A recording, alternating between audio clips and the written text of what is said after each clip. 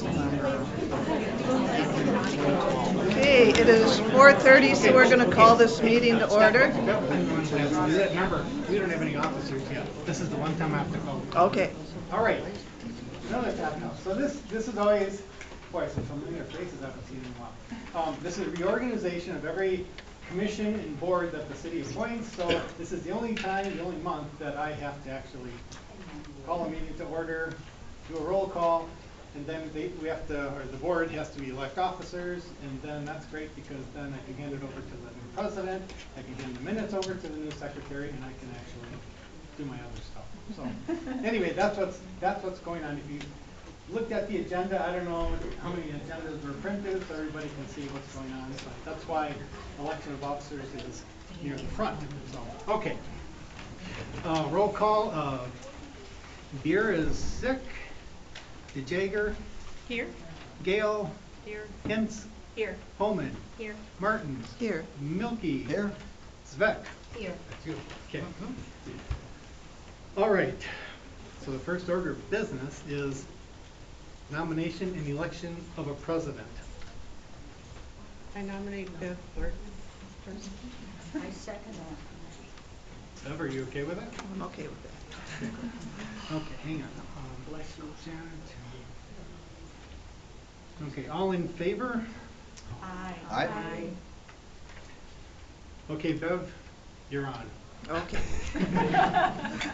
I'll take minutes until we have a secretary. Okay. So our second nomination and election is for vice president. Do we have any volunteers? Now, anyone, it doesn't matter if you're a city council member, a county representative, a school representative. DPI told me, well, back when Mike Beer was put on here, that anyone on the library board can hold office. So, just putting that out there. But anyway, All right. so. I nominate Jan. I'll second that. And I'll accept. We just don't want to take notes. All those in favor? Aye. Okay. Nomination and election of the secretary treasurer. I'll nominate Marie. No, I won't. Please don't. I'm so terrible at it. Oh, you're not. Okay. It's just Bret has to I'll work second. somewhere. And Carrie, that was you, right? Okay. That was me. Okay. Thank you, Krikau. All those in favor? Aye. Okay. So we have officers. We have officers. I will hand this over. Okay, I will hand this off to you. The next thing on that list is, right, the day of the month and time of board meetings. That's every year we have to do that.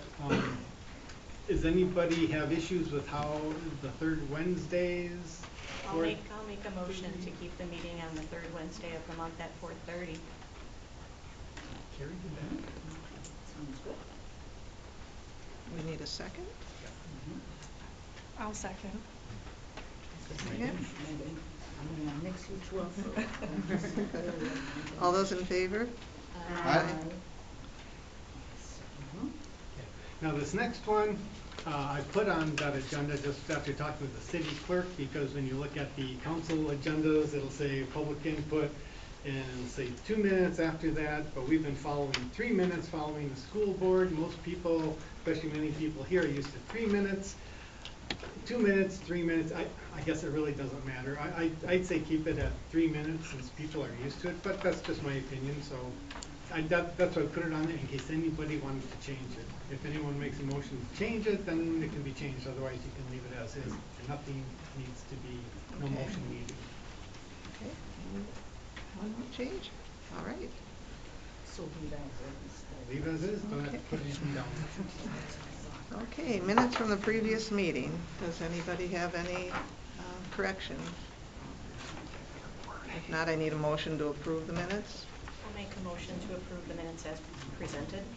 Thanks, Carrie. And second. Thanks, Ryan. All those in favor? Aye. Okay. Now, I'm going to read a statement before the public has a chance to talk. Community members wishing to address the library board must sign the community participation sign-in form prior to the meeting. When addressing the board, please state your name, address, and topic you wish to address. Each person will be allowed 3 minutes to speak after their introduction.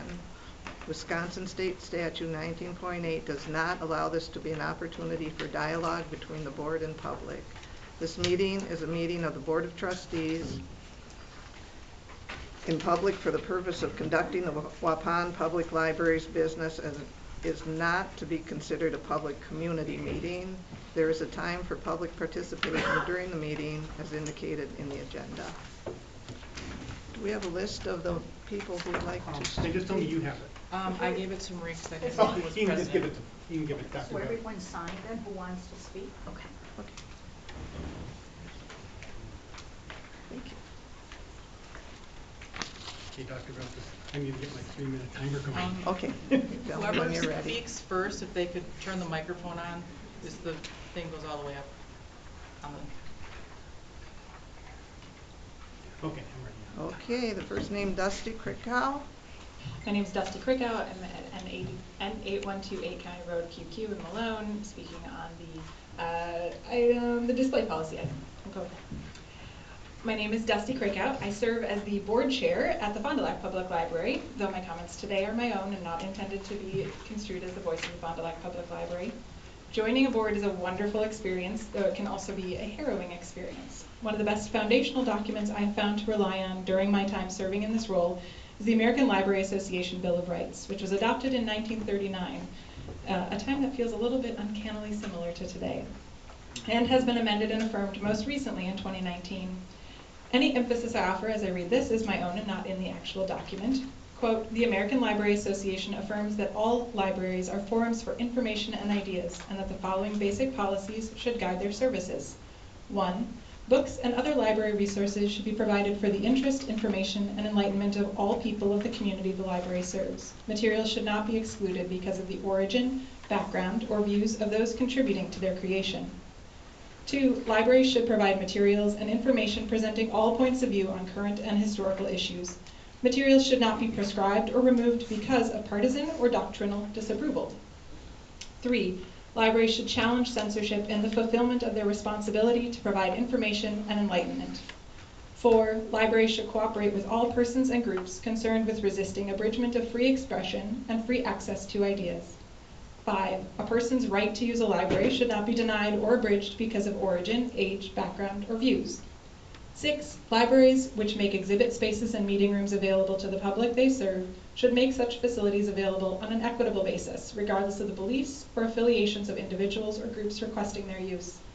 7. All people, regardless of origin, age, background, or views, possess a right to privacy and confidentiality in their library use. Libraries should advocate for, educate about, and protect people's privacy, safeguarding all library use data, including personal identifiable information. End quote. So for returning board members, thank you for being champions of this Bill of Rights. For incoming board members, welcome to your new role as champions for these ideas. May the force be with you.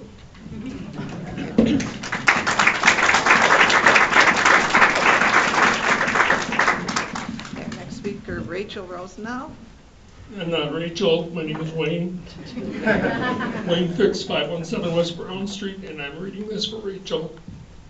In Berlin, there's a memorial called the Empty Library that has empty bookshelves for the over 20,000 books banned and burned by the Nazi majority. Thousands of voices silenced. Is this Nazi Germany? No. However, the social ideologies of the 30s are vastly different from the social ideologies now. Allowing censorship leaves it up to the changing views of a never-changing society. I would not want my ideology censored, so I do not want others to be censored either. There is also a large difference between personal censorship and social censorship. We aren't talking about censorship, we are talking about curation. Sure, let's. Waupun Library has a fantastically curated selection of books that favors the majority of our patrons. For example, see our enviable inspiration section upstairs that has many Christian authors that no other library in the system has. Go to the nonfiction, and our 200 section has a large collection of Christian nonfiction. But because we are curating to the majority does not mean we exclude the minority. A public library is not a Christian library. It is run by the man-made rules because it is a man-made institution. What about the kids?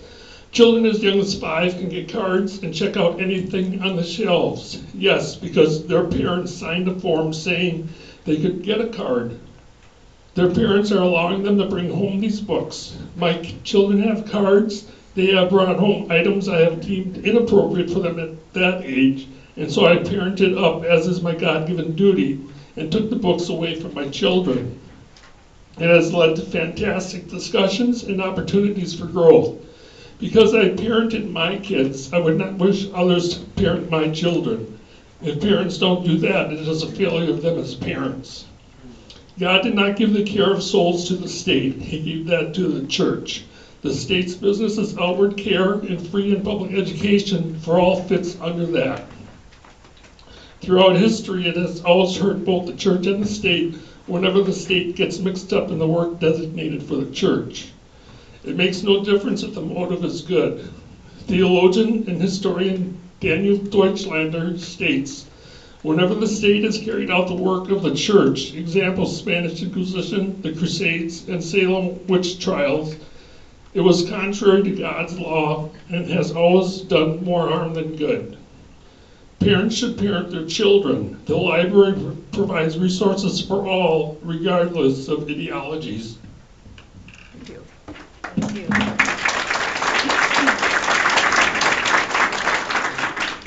Ashley Heft.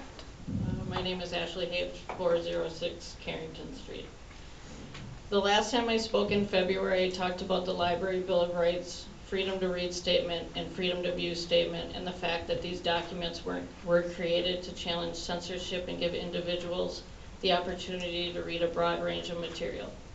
In one of Mr. Gappa's letters, he refers to these materials as documents that only puff people up to think they have the power within themselves alone to break bonds of sin and select the good and reject the bad. I feel like the only person who feels puffed up to think he has the power within himself to select the good and reject the bad is Mr. Gappa himself. When I started to receive messages again about Mr. Gappa's relentless attack on the library and the LGBTQ+ community, my first thought was why? What is this man lacking in his life, and why is he filled with so much hate? I've raised 3 daughters. Only one of them is gay. God made my oldest daughter gay, not books or materials supporting the LGBTQ+ community or homosexual Pride Week displays. Not even an extremely liberal mom who has allowed them to be around drag queens, taken them to pride rallies and protests, as well as allowed them to read any book they have wanted to read, has had any chance of making her sisters gay. There's no chance they will turn gay because they aren't gay. They support the LGBTQ+ community and they are allies, but there is nothing they can read, see, or be influenced by that's going to make them gay. I have not only raised a member of the LGBTQ+ community, but I have many people in my life that I love who are gay. It hurts my heart that we need to continuously battle against hate. The queer people I have in my life just want to live their lives as their authentic selves. They want to feel welcomed and accepted. Truly, most of them just want to be left alone, to live in peace, without fear, to raise a family, go to work, enjoy time in their community without discrimination and judgment towards them for simply being who they are. Mr. Gappa's sexualization of the LGBTQ+ community is on him. His fears, his hatred, his inability to love his neighbor as himself, his religious rhetoric, and misplaced superiority complex. We can't allow his dehumanization strategies and extreme sexualization of one of the most loving and caring communities I have ever been a part of to impact our great public library and its ability to honor and create a safe space for every single person, whether they are gay or straight. Thank you.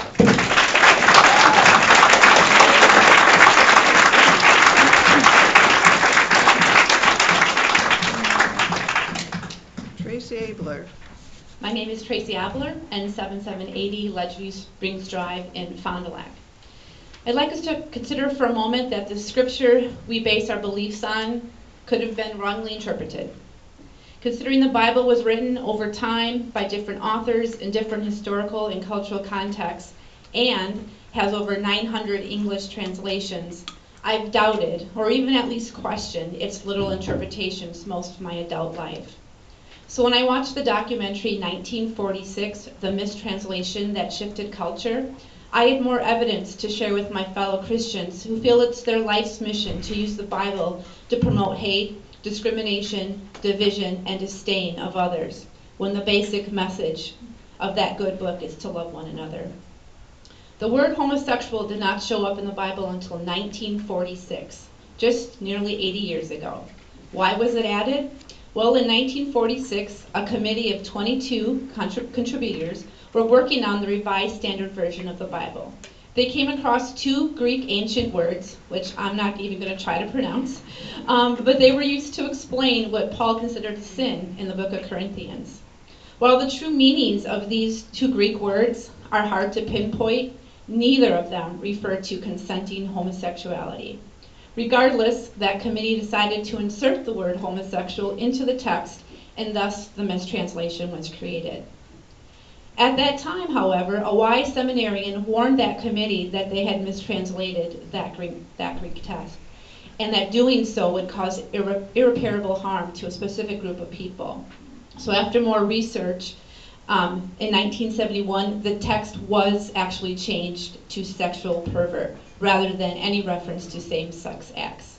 But the incredibly popular translation, or mistranslation, had already come out en masse. Most notably, the Living Way Bible, famously made by Billy Graham, was using the wrong translation from a King James Bible as reference. And so that they doubled down on the homosexual references, causing the LGBTQ+ community to be further scorned and ostracized. Now, if you can't find it in your heart to believe this, then try educating yourself on the science of gender identity and sexual orientation. I spent a lot of time actually preparing some notes, but I didn't know I had a 3-minute time limit. So I'm going to just say all of this to say that our bodies are extremely complex and made exactly as God intended. And it's unfair to fit anyone into one or two boxes, label them abnormal, sinful, or anything but wonderfully created in God's own image. And my recommendation for folks, my recommendation is that some folks should spend more time in this library reading the truth instead of trying to remove it from our shelves.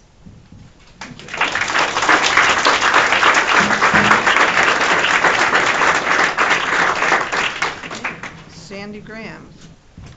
Hi, my name is Sandy Grams, 4 Wilcox Court, Waupun. Certain things in life are hard. Signing up for Medicare and Social Security is hard. Moving's hard. Finding a new job is hard. Sometimes love is even difficult. It can be hard to love people that we don't look like us, that don't wear clothes like we do, that don't worship like we do. It's clear that a few people are having some difficulty with this, coming to terms with loving our LGBTQ+ neighbors. But this is our culture. This is our world, and it isn't going away. This is what we have, and it's here to stay, even if you ban all the books. I know that Pastor Gappa cited many biblical references in one of his previous addresses. As a lifelong Lutheran of the ELCA, I'm familiar with those passages that were cited. I'm also able to look at God's inspired word and consider it from the lexicon in which it was written. Old Testament scripture being all more than 2,000 years old, and New Testament scripture being mostly in the first 100 years or so of the Common Era. It was written in the confines of that day's culture so that that culture could understand it. Women were chattel. Slavery was condoned widely. And many societies were nomadic. People thought differently. Communities were very close-knit. You married within your community because those were the only people you knew. Things have changed. No one abides by all the rules of Deuteronomy 22 and following. If you don't know it, look it up. Nowadays, women wear braids, pearls, and gold, all of which are forbidden in 1 Timothy chapter 2. Our society has changed a lot, but one thing has not changed: God's special commands. Love God above all else and love your neighbor as yourself.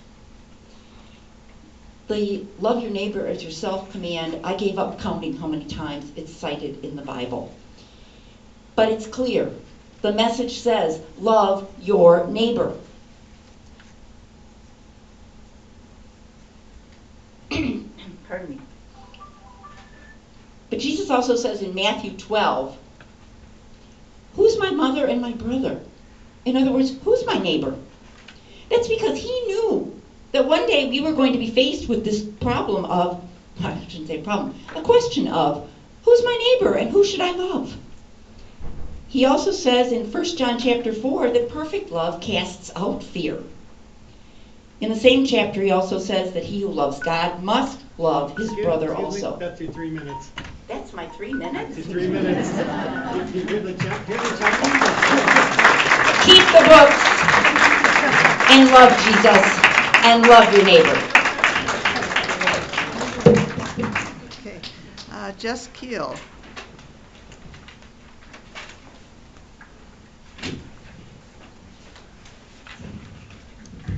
Jess Kiehl, 331 Blythe Street, number 202. The following statements reflect my personal beliefs and the values as a Waupun citizen and not those of the Waupun Public Library. I spent months wondering why Forsell Gappa is so worried about the LGBTQ books turning people toward a homosexual lifestyle, why they would think a book has so much power. It then dawned on me that it's because Mr. Gappa and his followers, all 6 of them, have chosen to form their thoughts and beliefs based on a singular book. This, of course, is well within their rights, and we are happy that they have the freedom to make that choice. However, this isn't good enough for Mr. Gappa. No, he wants to take his thought and belief system and force it onto everyone else. If you allow him to do this, then it will open the door for Mr. Gappa and others like him to protest more materials, books about or written by minorities or women, books that focus on religions different than their own. It is a slippery slope and it needs to stop here. Mr. Gappa is trying to use money and his business to push his agenda, and it is disgusting. He has gotten his congregation to come speak at the library and call the employees groomers, pedophiles, and other terrible names. He has used his congregation to act like they know anything at all about the library and come and demand change that they didn't care about until Mr. Gappa told them to. He walks around town bragging about having the mayor in his pocket, not that I believe that's the case. He provides security at the police station and tells them to criminalize books, and he sponsors the Waupun Pioneer so that the one amateur and completely biased journalist on staff can push his agenda. If this doesn't worry you, then you are naive. It is hypocritical to call for the removal of books based on religious beliefs while living in a pluralistic society. The United States is founded on the principle of religious freedom. That includes the right to practice your religion and equally the right for others not to be governed by it. Trying to remove materials from a public library based solely on a specific religious interpretation violates the separation of church and state. If you don't want your children reading those materials, that is your right as a parent. But public institutions serve everyone, not just one faith or viewpoint. Public libraries exist to offer access to a wide range of ideas, perspectives, and experiences. Removing LGBT materials isn't about protecting children, it's about censoring reality, and that sets a dangerous precedent for all freedom of thought. Something I haven't really told anybody, mainly because it's my business, is that I do believe in God. However, that is not for me to shove down anyone's throat. Not everyone got that memo. I also believe that love is love, and if you're going to acknowledge one type of couple, it won't hurt to acknowledge all type of couples. The two belief systems can exist together. You just have to choose not to be ignorant about it. I encourage Mr. Gappa and his friends to open their minds and let people make decisions for themselves. I was told if you don't have anything nice to say, don't say it at all. I'm about to bite my tongue off. So Mr. Gappa, I will end by saying, I'm praying for you, sweetie.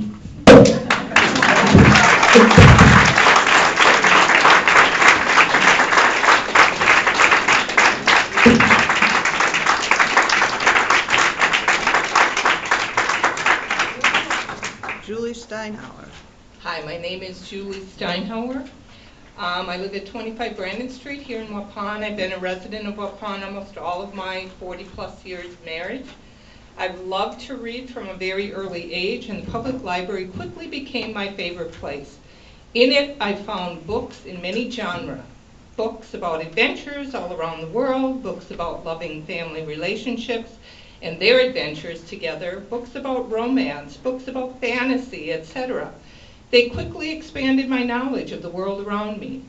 As I became a parent, I passed along my love of books, and our children quickly learned to love coming to the public library as well. It was always one of our favorite places to frequent. As a child, I do not remember being exposed to the sinful vices of man, so I deemed the library a safe place for my children to explore the world also. Of course, as an adult, I knew those vices were present in the world and becoming more dark and prevalent. So I was vigilant of our children's increasingly healthy diet of the books they read.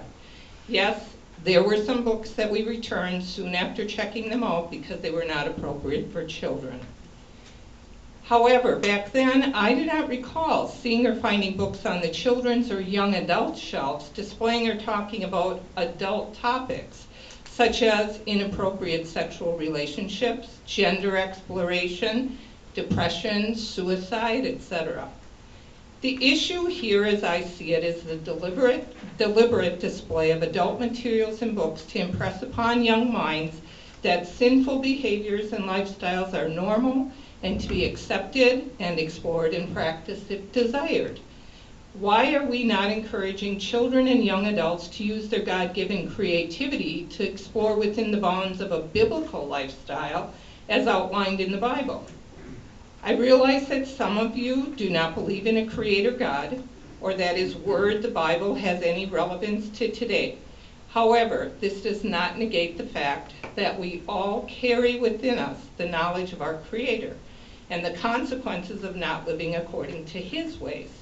This can be found in the book of Romans if anyone wants to fact check that. As a parent and now a grandparent also, I will always stand up for the right to censor books and materials directed at a child, especially in public places such as the library. I reserve the right to lead my children and grandchildren to the knowledge of God and to teach them the biblical principles to live by. Thank you for your time.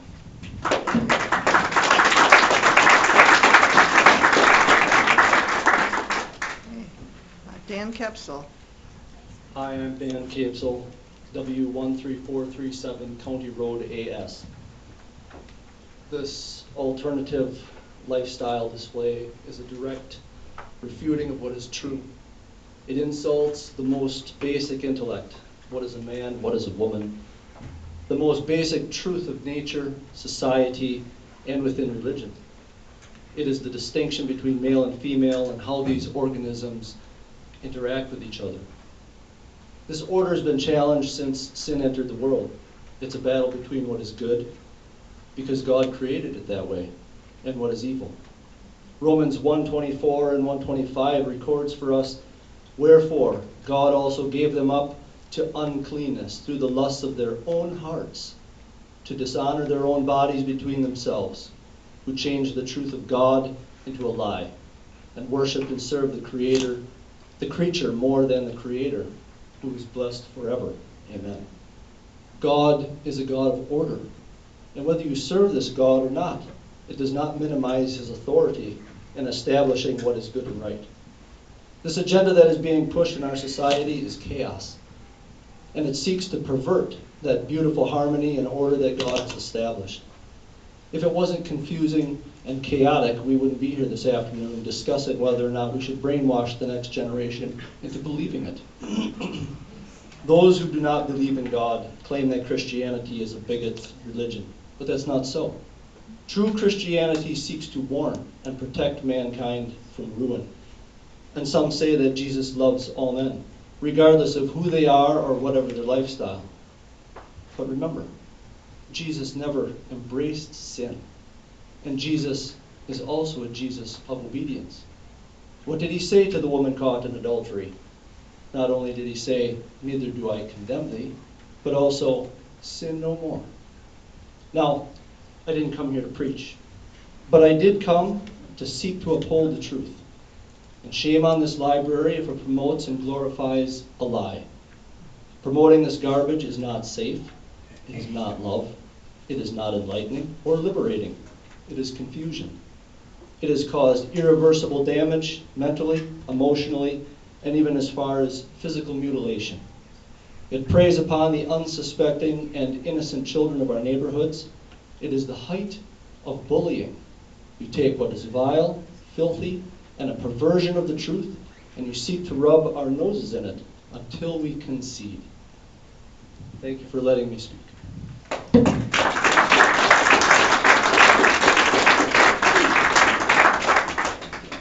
Sadie Schultz. Sadie Schultz, 704 Edgewood Drive. My topic is intellectual freedom. As a former member of this board, I want to first acknowledge the difficult decision or the difficult position that you guys are in.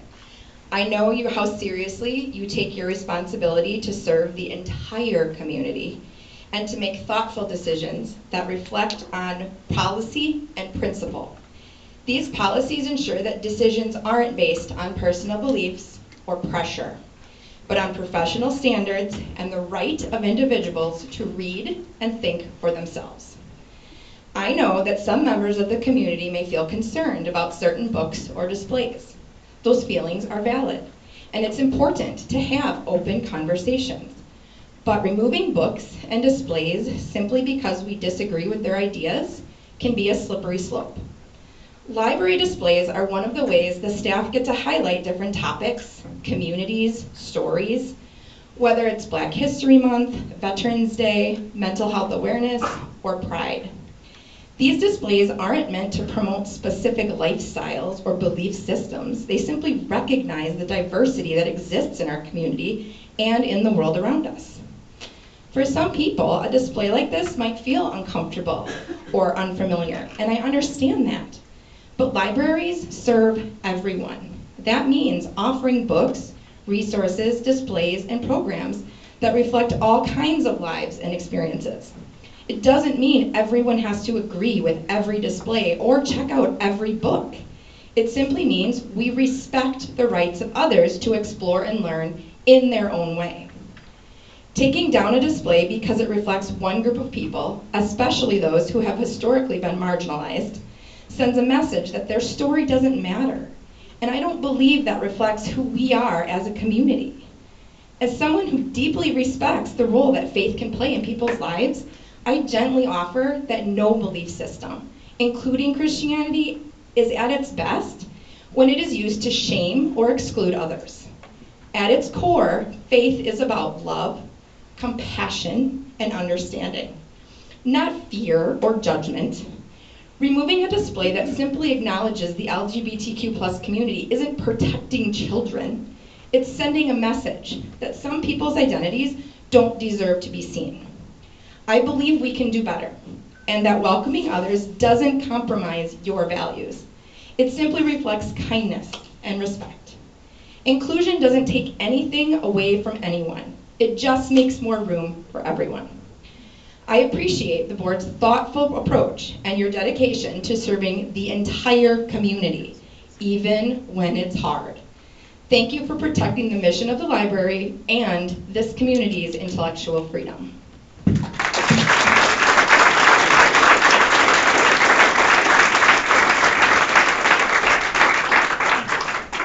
Evelyn Dirkson. Hello, I'm Evelyn Dirkson, W10267 Neaton Road. To each of you on this board, thank you for your time and patience in this important discussion. What standard shall we have? I would like us to look at this from a biblical standard and a health standard.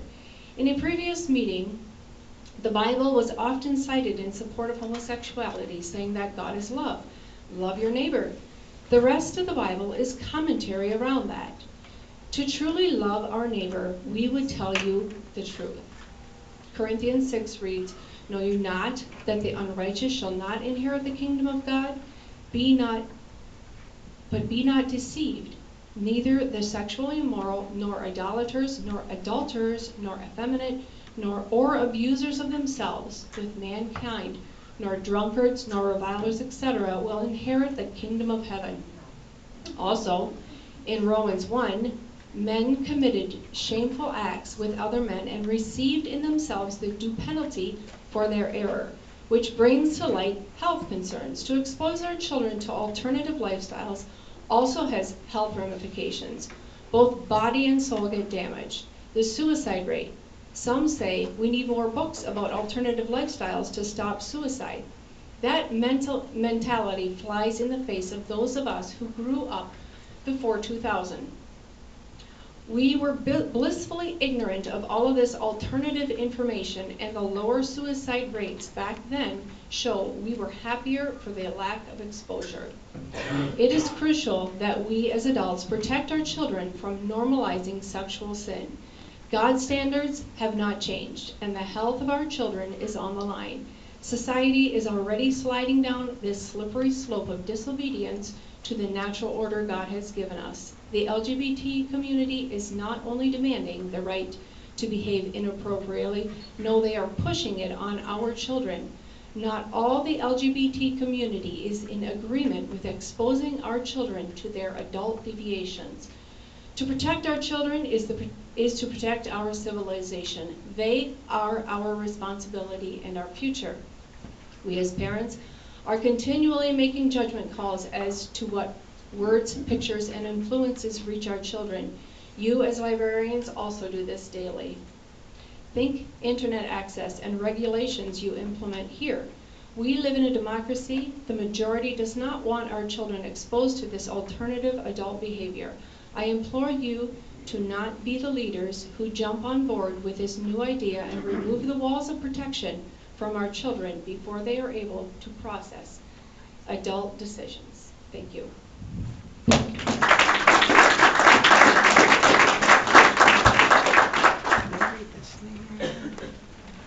Not sure I can read this, but maybe Kurt Miller, 706 Rock River. You got it.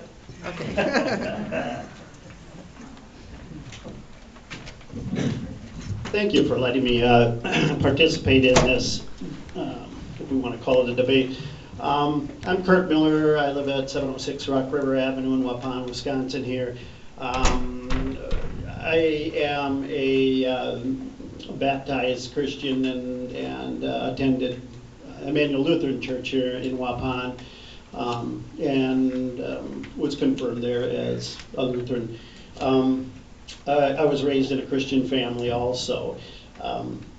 So that's kind of my background. I'm also a practicing counselor at this time, and not for much longer, but I deal with a lot of children and a lot of people that have issues with what we're talking about. So I'll start with this. The U.S. Constitution's First Amendment agrees the separation of church and state through two key clauses, the Establishment Clause and the Free Exercise Clause. The Establishment Clause prohibits the government from establishing a state religion or favoring one religion over the other. The Free Exercise Clause protects individual rights to practice their religion or not without government interference. While the phrase separation of church and state is not explicitly used in the Constitution, it is a common interpretation of the Establishment Clause. The Supreme Court has played a crucial role in the interpretation of the Establishment Clause and the separation of church and state. Everson versus the Board of Education, 1947, the court famously stated that the First Amendment has erected a wall between church and state, unquote. This brings us to the view of the library as an extension of the school's curriculum or a place for free-ranging students' inquiry. Justice Brennan's plurality opinion in Board of Education versus Pico, the Supreme Court's only school library case, strongly endorsed the latter view. The opinion underscored that library books, by their nature, are optional rather than required reading. It is Justice Brennan's position especially appropriate that the First Amendment rights of the students be respected given the special characteristics of the school's library, including its role as the principal locus of free inquiry.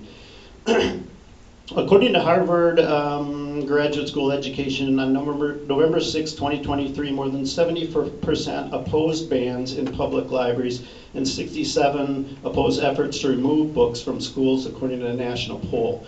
The study went on to state that limiting such materials can lead to homogenized worldview, stifling students' ability to think independently and empathize with others. This lack of exposure can diminish their civic engagement and readiness to address real-world issues, ultimately hindering their overall academic and personal development.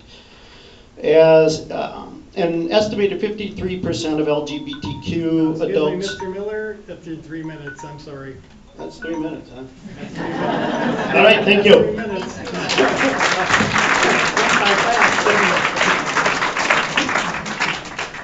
Emma Zimmerman. I'm Emma Zimmerman. I live at 1246A Wayland Street in Beaver Dam, but I was a graduate of Waupun and went to it for the majority of my schooling. According to the American Library Association, the Library Bill of Rights, Article 2, all libraries should provide materials and information presenting all viewpoints on current and historical events. Materials should not be prescribed or removed because of partisan or doctrinal disapproval. This protects against censorship by prohibiting libraries from removing or restricting materials based on parental opinions or religious agendas. This article protects U.S. libraries serving services, materials, programs representing diverse ideas on sex, gender identity, gender expression, and sexual orientation to be included in library collections, even if that content is considered to be unpopular or controversial. Attempts to remove materials about the LGBT community disregards the Library Bill of Rights, but also goes against the First Amendment of the U.S. Constitution. We all are guaranteed these 4 fundamental freedoms. Petition. Everyone has the right to be here today and provide their poems to the public. Press. Gives the authors the right to publish literature without government oppression. Speech. The freedom to express oneself through words like speaking here today or publishing LGBT books. Religion. Ensures the separation of church and state, and that includes city. Librarians and governing bodies must maintain that parents, and only parents, have the right and sole responsibility to control the media for their children, and only their children. But public libraries must maintain providing books and other resources for the interest, information, and enlightenment of all people in the community that the library serves. Therefore, it is a violation of the Library Bill of Rights and the Constitution to remove or sequester books that certain people consider inappropriate, regardless of origin, background, subject, or viewpoints. I'd like to end on a quote from Barack Obama. Every single American, gay, straight, lesbian, bisexual, transgender, every single American deserves to be treated equally in the eyes of the law and in the eyes of our society. It's a pretty simple proposition. Thank you for your time.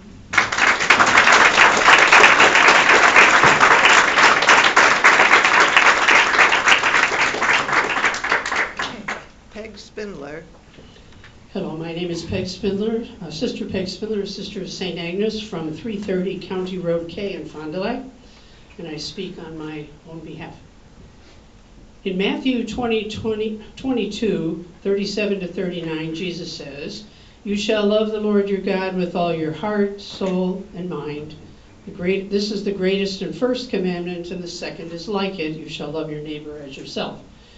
And in Luke 10, 25 to 37, someone asked Jesus, "And who is my neighbor?" And Jesus told the story of the Good Samaritan, a member of the despised and marginalized people Jewish folks held in contempt, as a way of teaching that everyone is our neighbor, even those we don't understand. Jesus also told us in the Great Judgment story of Matthew 25, "I was a stranger and you welcomed me." Stranger, one we don't understand, one whose culture or behaviors are different than mine, one who can pull us out of our comfort zone, but one nonetheless who is to be loved if we believe Jesus' command. And just in case we forget this command to love everyone with no exceptions, because Jesus never said, "Love your neighbor except for," Jesus also said quite strongly in Matthew 7:1, "Judge not that you may not be judged, for the measure you measure with will be measured unto you." I am a voracious reader. I want to be able to access and read books representative of the world I live in so I can understand who my neighbors are. understand their cultures and behaviors, their ways and wisdom, so that can inform my own growth as a human being, and I can better love them. I am a woman. I want to read books about the ways of women, all women. I am a writer and poet, so I'd like to lay my hands on books of poetry and beautiful prose from all nations and ethnicities without limit. I am also a member of the LGBTQ+ community, and I would like to have access to books that represent that community and its diversity, just as there should be books about people of color, indigenous people, and the true history of our nation. And because children only grow into a healthy understanding of the world they will someday lead through a broad exposure to the wonderful diversity that we are as a human race, I stand in support of keeping books about LGBTQ on the shelves of all libraries, including this one. Thank you.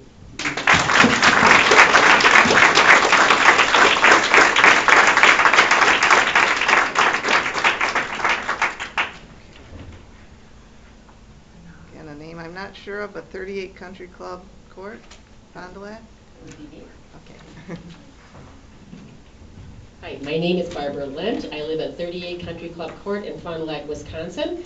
For the last 15 years, I have coordinated a group called All God's Family. We are Catholics in support of the LGBT community, and we believe that libraries should provide resources for everyone regardless of gender ideology. Thank you.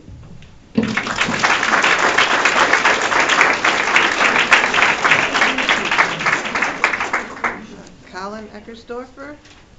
My name is Colin Eckerstorfer, and I have lived in Waupun all 36 years of my life. It is with deep disappointment that I find myself standing here once again, compelled to speak out against a message that should have no place in a community built on compassion and respect. Just a few months ago, I addressed this body regarding the harmful rhetoric of Mr. Gappa and his congregation. Unfortunately, it appears that message did not resonate with those in power, so tonight I will be more direct. Mr. Gappa and his followers assert that identifying as LGBTQ is inherently sinful and leads to immoral or self-destructive behavior. This claim is not only unfounded, it is dangerous. There is no credible scientific or psychological evidence to support such a view.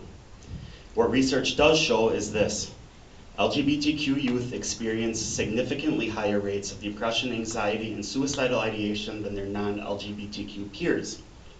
Crucially, the cause of this disparity is not their identity. It is the result of societal rejection, stigma, and exclusion. When we remove LGBTQ books, displays, or resources from public spaces like libraries, we are not protecting anyone. We are sending a clear message of exclusion. We are telling vulnerable young people that they do not belong and that their identities are shameful or invalid. The consequences of that message are real and measurable, being increased isolation, increased despair, and increased risk of mental health crises and suicide. This is not a matter of opinion. This is supported by evidence-based research. Inclusion isn't just the right thing to do morally, it saves lives.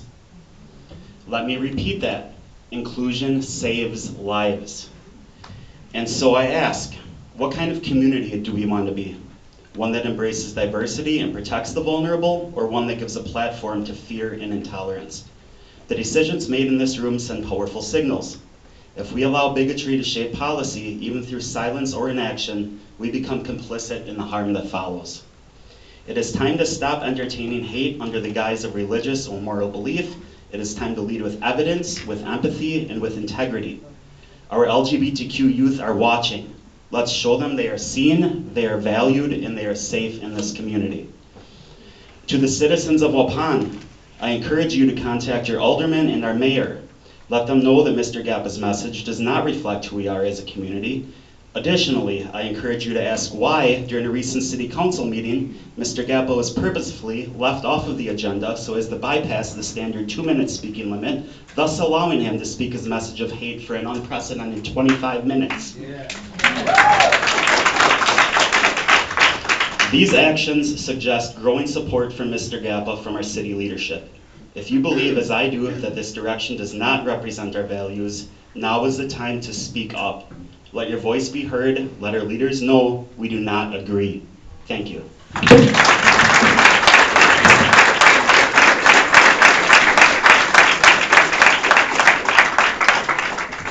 Forsell Gappa.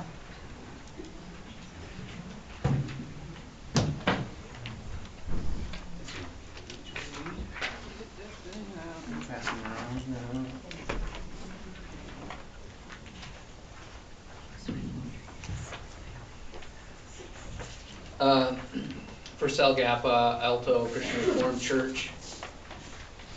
God does not look upon the size of the crowd to determine sin and righteousness, right and wrong.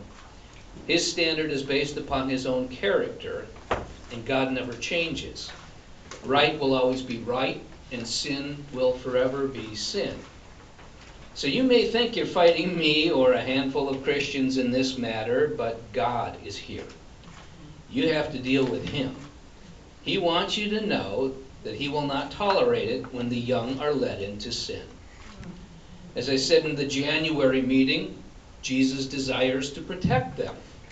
He warns, but whoever causes one of these little ones who believe in me to sin, it would be better for him to have a great millstone fastened around his neck and to be drowned in the depth of the sea. I think the library staff has been angry, like a great monster is attacking them. They've said mean-spirited things and cried out for people to save the library. I'm not attacking them. I hope the best for them, really. I tried to correct this curation problem last July in private with Bret.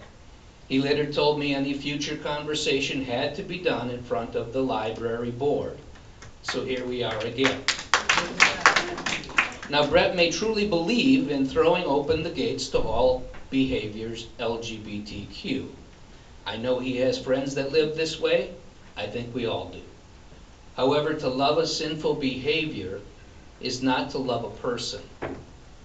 And I know this because it is against God's character and design for people.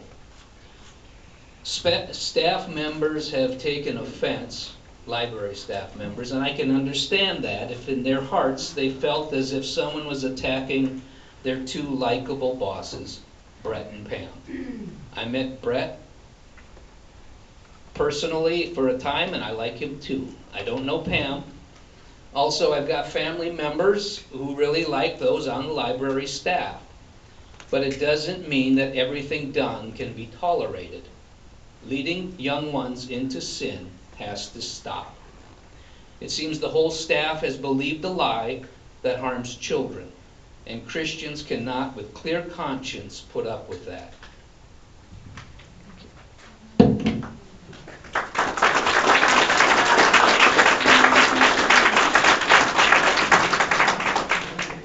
Matt Pierce. Matt Pierce, Marquezine, Wisconsin. Love is not watching someone harm themselves while saying to them, I love you and accept you for who you are. Love rescues. Love acts. When we see others in danger or in need, we should be compelled to action. Love is to do something. So when Christians, servants of the Son of God who is love, see a society moving in a direction that is harmful, they get moved to act out of love for their fellow man. They are moved by God's Spirit. It is a love they have been given, a love they have been taught. 2,000 years ago, true love was hung on a tree for me. Because of this, I thank God that my sin or my sinfulness is not what he sees in me. He has covered it by the sacrifice and righteousness of Jesus Christ. My sin is not a virtue, and it certainly is not my identity. Jesus Christ is now my identity, and I am hidden with him in God. God loved me enough to show me my sin and call me out of my life of sin. This isn't to say that I'm sinless. I am far from it. But my point is that God did not leave me as he found me. I was bruised and wounded by my own wickedness, and he saved me by rescuing me, forgiving me, and teaching me his laws and calling me to a righteous life. True love rescued me from my sin. True love cannot and will not tolerate sin. I implore you then, members of this library board, both old and new, do not hearken to the scare tactics of those driven by the spirit of the age, who embrace sin and advocate for rules and laws which undermine Christ. And do not be deceived by your own human heart, for you will find it to be desperately sick. Rather, listen to the God who reigns supreme over all, the one who is true love. The one who says in his word that homosexuality and fornication are sin. The one who says it would be better for you to have a millstone tied to your neck before being cast into the sea, if you would deceive his children by convincing them that good is evil and evil is good. Thank you.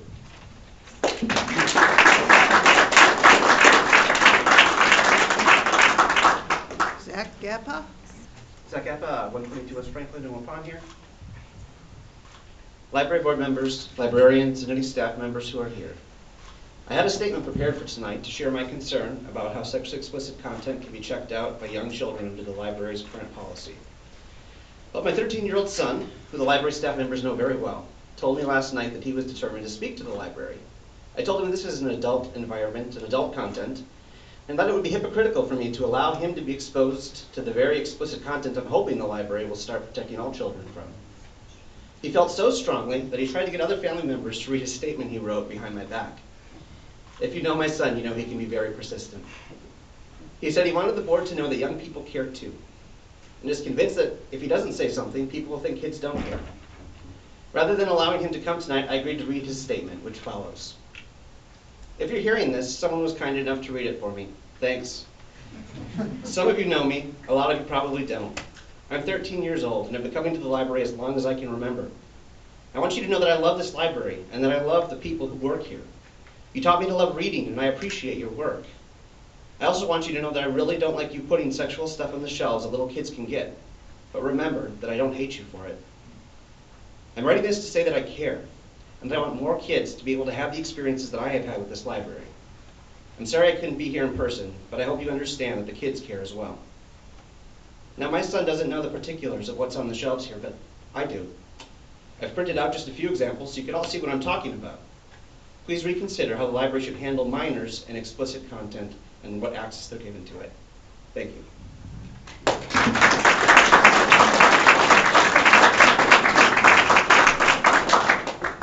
Jan Harmsen. Hello, I'm Jan Harmsen. I live at 18 Climb Drive here in Waupun. Several people have shared today the particulars of the Library Bill of Rights as well as the U.S. Constitution. My only comment today is we have library leadership, including this board. We do not need to micromanage decisions this board deems fit to make. Thank you.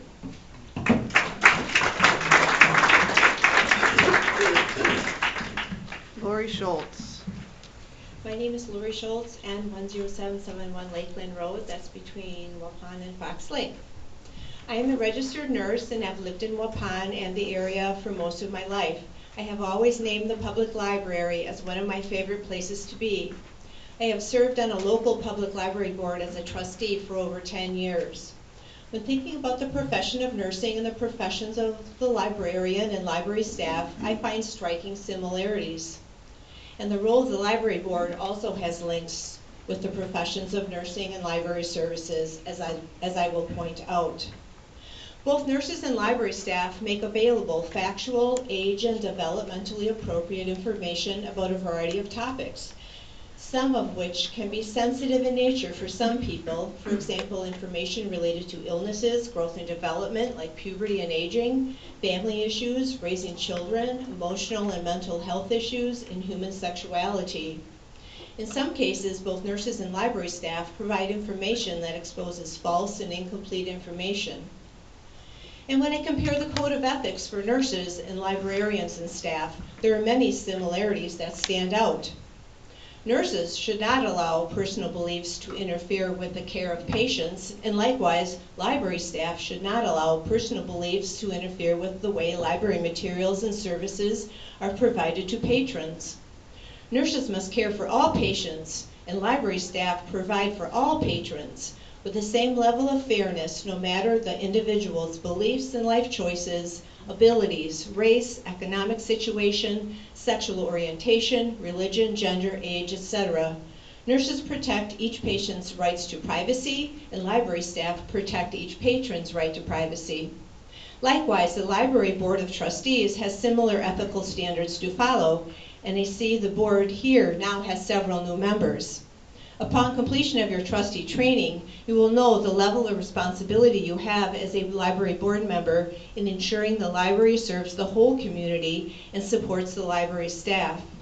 In the role of library trustee, ethical standards such as setting aside personal and religious beliefs, maintaining justice and fairness, and maintaining confidentiality, etc., also apply to your words and actions on the board.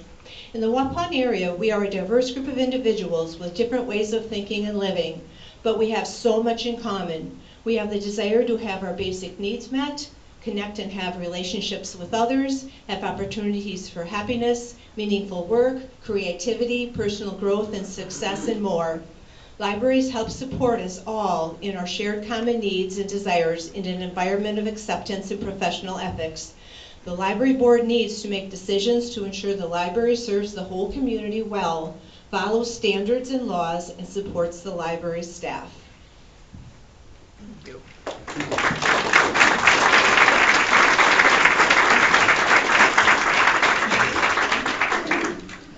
Chad Ritter. Chad Ritter, I live just north of town on Hooley Road. I don't do very well at these, but I'm going to get through the first part. The late Pope Francis called laws criminalizing homosexuality a sin. This is not right, quote, he says. Persons with homosexual tendencies are children of God, and God loves them. Does the good preacher know better of God's will than the late Pope? He very clearly spoke of his supporters as Christians, but clearly would not refer to the LGBTQ community as Christians. He convinced the mayor to violate meeting rules and allowed him to give a 22-minute sermon, not the 2-minute standard, when you're not on the agenda. I did talk to the mayor about this. I encourage everybody else to do so as well. He does have some good information on why he did it. I also believe that 3 years ago, this group convinced the school board president to violate closed meeting laws when they leaked the agenda of the closed meeting to the public ahead of talking about transgender use of bathrooms. Not long after that, the president of the board and another board member resigned. I still wonder, was it on advice of legal counsel? Because there was an investigation done to find out who did it. None of them would admit it at that meeting. They were all cowards. He uses the term censorship against the LGBT community as a bait switch. Says there should be censorship to protect the children, he says. This is a common tactic that they try to use to get people confused about what censorship really is. The good preacher speaks of laws and that they must be followed, but is clearly willing to violate them when it forwards his cause. He makes it clear that God controls Waupun. I don't agree. The city council and its constituents of all religions control.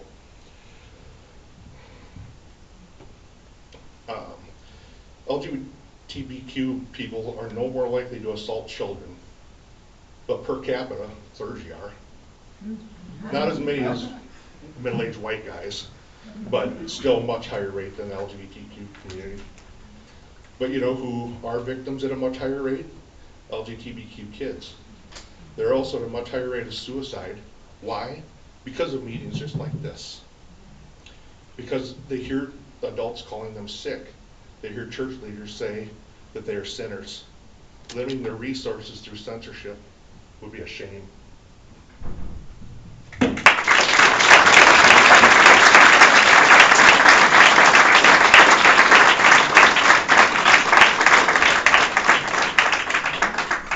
Marie Zuehlsdorf. First of all, I want to thank the board for allowing us to speak. My name is Mary Zuehlsdorf. I live at N4048 Amity Road, Brandon, Wisconsin. I've lived in Alto for 15 years. Prior to that, I taught special ed students in Oconomowoc, Wisconsin. I've always believed in the value of all people and have championed those in the margins of society. Since moving to this area, I've been a frequent patron of the Waupun Library. I attend the monthly book club where I welcome the exchange of ideas. I have found the staff of the library to be welcoming, helpful, knowledgeable, and fair. They go out of their way to meet the needs of people. I believe the Waupun's library is a place where all people are welcome and accepted. Public libraries should be a place for all, and I mean all people. There is no place for hatred or for marginalizing groups. I am here to oppose the banning of books. Knowledge is powerful, and the sharing of knowledge and ideas enriches our community. It is important for adults and for children to broaden their understanding of how others live and think. Also, reading about gay people does not make you gay. If the library starts banning books, where will it end? Who among us has the right to determine what others should and should not read? If you do not want your child to read a certain book, you as a parent have the right to prohibit that, but do not prohibit others from choosing what to read.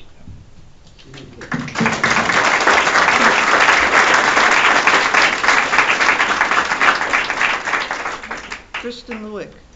Hey, Mr. Gappa. Yeah. I'm here today, I'm Kristin Lueck. I live at 3 Beverly Court. I'm here today to support diversity and inclusion, LGBTQ plus community, and our librarians. After listening to April's meeting, I was deeply saddened by many of the comments regarding the LGBTQ community. One comment in particular about the library pushing an agenda. And if the library were to keep gender, race, and heritage out of the library, they would be neutral and out of trouble. This comment is closed-minded and absurd, and I kind of wonder if the person who said it has ever stepped foot in a library before that meeting. Diversity and inclusion are about giving value to every human being, no matter our differences. Diversity and inclusion aren't just advocated by the ALA. It is now advocated by many businesses, schools, establishments, etc. in the U.S., including the Catholic organization that I work for. Our library currently advocates for diversity and inclusion that reflects our community, promotes access to information, encourages lifelong learning, and supports social justice. One person from last month's meeting said, "No one is saying censor books." So, censorship. I'm going to give you the definition. The suppression of removal or writing, artistic work, etc. These are considered obscene, politically unacceptable, or a threat to security. So yes, this is censorship. This is discrimination. Listening to Mr. Gappa and a few others, it's apparent that they have no respect for diversity. In his speech to the city council, he alluded to those who spoke for the ban as Christians. FYI, there are many Christians that support the LGBTQ community, in my opinion. And in my opinion, they are the true Christians.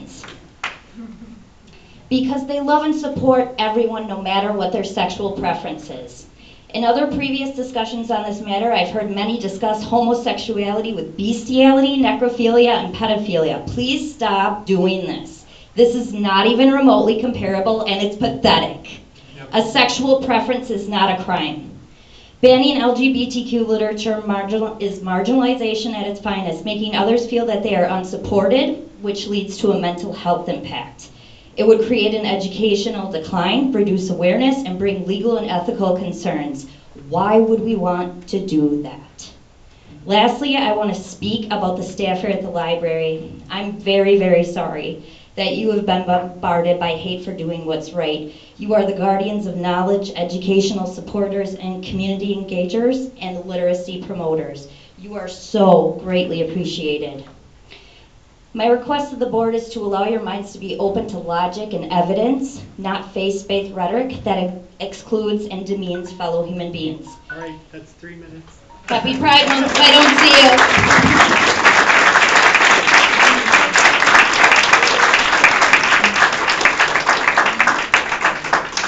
David DeJager. Hello, my name is Dave DeJager. I've lived here all my life in the Waupun area. Been reading a lot of the comments on Facebook past week. A lot of name calling, very sad. One person responded on a post regarding the issue that children are more easily influenced. A library staff member of the library responded that this is not that is the responsibility of the parent. This saddens me to know that my children and grandchildren are not safe at our public library from books that are not appropriate for their young minds. And if you insist on continuing these displays, then I must insist that alongside these books, on the same table you also display Christian books on the same subject that will help kids work through these challenges they are facing.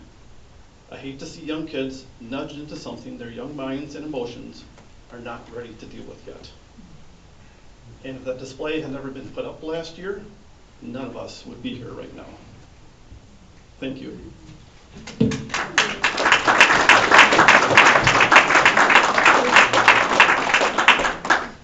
Randy Vande Zand.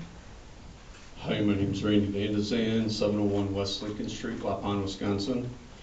I've been at a couple of these meetings before, and it was brought to my attention by a constituent about the displays at the library. I think that's more of the issue here than anything, is the display policy. Up until that time, there was no staff display policy, but there was a public display policy. You can't say that anything goes on a staff display policy. That's just not common sense. So, that being said, there was some displays on one of the, I think it was the banned books display. There was some books or a book on there for sure on the first floor that had graphic, explicit material. And I think everyone can agree that that is not suitable to be on display around children's areas. So I don't want to get this intertwined with a battle on book censoring, because you can still have access to the books in the library without putting them on display. Books like that should stay upstairs. So, I mean, honestly, at what length do you want to go with this? I mean, you can say, I'm going to let everything go. Is that what you want? You have to have some sort of policy for that. So that's all I got. Thank you.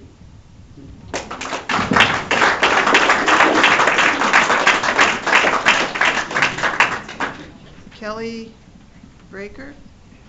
I prefer not to touch the microphone if that's all right. My name is Kelly Breiker and I'm from Beaver Dam, Wisconsin. And before I write my speech today, I'm a retired speech therapist, so I have always included all children in education and in reading books.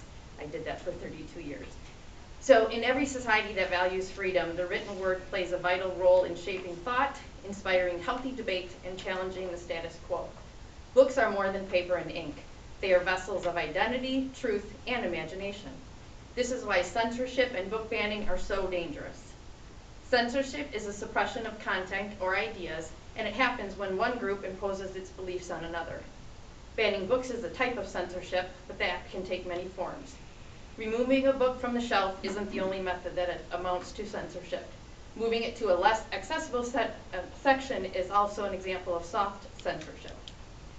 Attempts to ban or restrict access to books, often driven by an agenda to divide communities and isolate viewpoints, undermine artistic freedom. They are not acts of protection, but of control, an attempt to silence ideas that make people uncomfortable rather than confront them with courage and critical thought. Learning about and engaging with new ideas, especially those we may disagree with, is foundational to any healthy democracy. The recent call by some to limit access to books does more than suppress the subject matter. It also disregards the lived experiences and identities of authors and readers. Book banning and censorship disproportionately targets stories that deal with race, gender, sexuality, sexual orientation, and systemic injustice, often told by marginalized voices. Censorship assumes that a small group knows what is best for everyone else. It denies readers the right to choose, to question, to disagree. But democracy depends on an informed and questioning public, and that means engaging with ideas that may be uncomfortable or controversial, not erasing them. It is this foundational freedom that must be prioritized and protected by all of us, including library and school administrators, community stakeholders, and government leaders. Our libraries should be places of exploration. Defending the freedom to read is not about endorsing every idea in every book. It's about defending the right of people to decide for themselves. We can't let regressive calls for book bans undermine democratic values or the lived experiences of marginalized communities. Thank you. Thank you.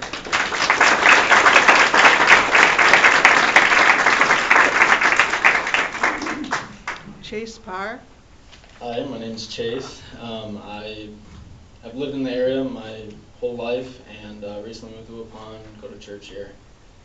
But I'm here tonight because I care about the community and I care about children here and the kind of young adults that they turn into. And I understand that books were put on display and are here that promote homosexuality, promote the LGBTQ lifestyle. It's sexual perversion.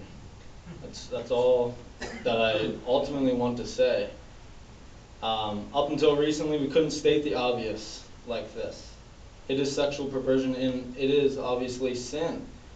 This is what the Bible teaches. I would liken it to a grocery store putting poison on the shelves and calling it food. You are calling this food for children who are easily shaped. If you have any children, I'm sure many of you do, you understand that these young people, they're very impressionable. They see and read this, they see the images and they will imitate. Please guard their hearts and minds. If you are Christians, if you call yourself Christians, please obey the commands of your Lord. Remember your baptism, remember your call. The Bible is clear on these things. Do not put this in front of children. You are also in sin if you are putting this stuff in front of children. This is an unequivocal fact, and I guess we have to take time out of our evenings to state these facts that were once not so controversial. I hope that you hear voices here tonight. I hope that you'll consider. I hope that the community holds you accountable, and if they don't, the Lord will. Thank you.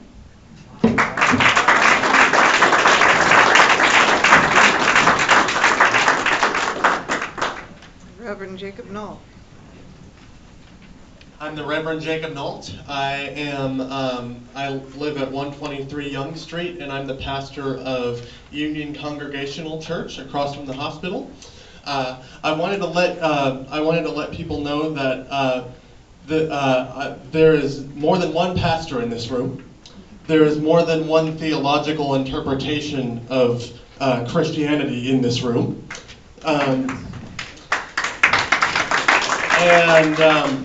I want to remind folks that most of the passages that have been talked about today were namely in Romans and in Galatians, were written by one man. That man's name is Paul, an Apostle Paul, and he was an imperfect man. If you look at Paul's story, you will recognize that he was an imperfect person who had a lot of views that we ourselves would not agree with in these days. And I'm not here to say we should throw out the baby with the bathwater, but I am here to say that we should look at what Paul has written with a critical eye. And also, I just want to pray for the library board. I'm not going to say a prayer, but I pray for your courage. You all have been bullied. You all have been vilified. You all have been given the opportunity to be put forth for public vilification, public bullying, and by a man who decides that it's his right to say what God desires. And I just pray for your courage. I pray for you as you discern the best path forward for the entire community, not just Christians. We live in a pluralistic society, and I believe it's important to stay that way.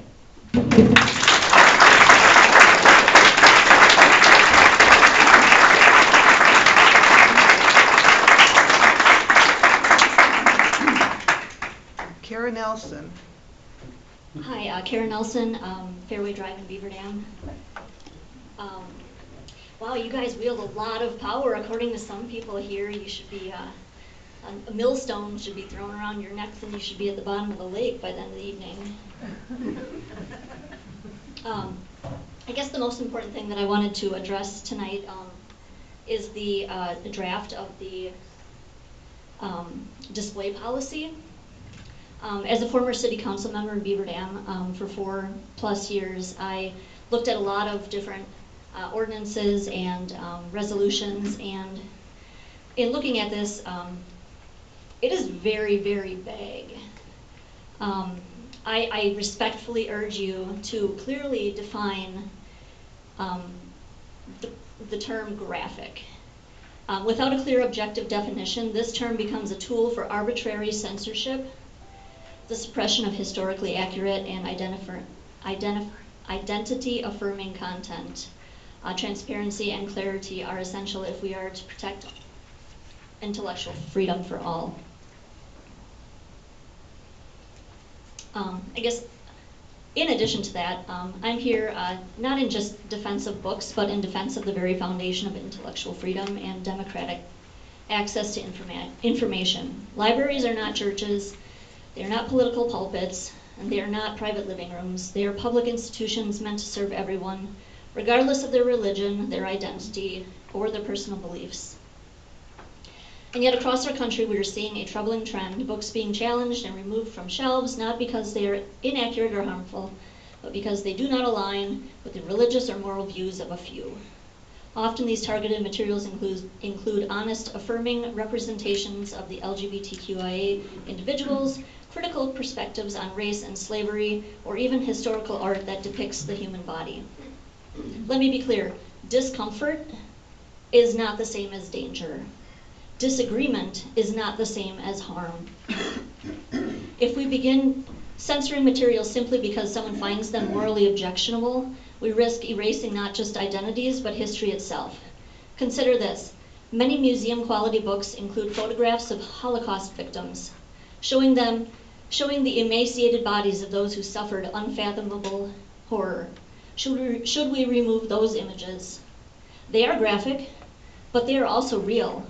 Similarly, narratives about slavery often include harrowing accounts and visual documentation of brutality. These are not gratuitous. They are essential to understanding our shared past. And what about art? Michelangelo's David, Botticelli's Venus? These works are nude. They are also part of our cultural heritage. If we start labeling these as inappropriate, we risk teaching our children shame instead of critical thinking, fear instead of understanding. The moment that we allow any single ideology... That's 3 minutes. Alrighty, thank you.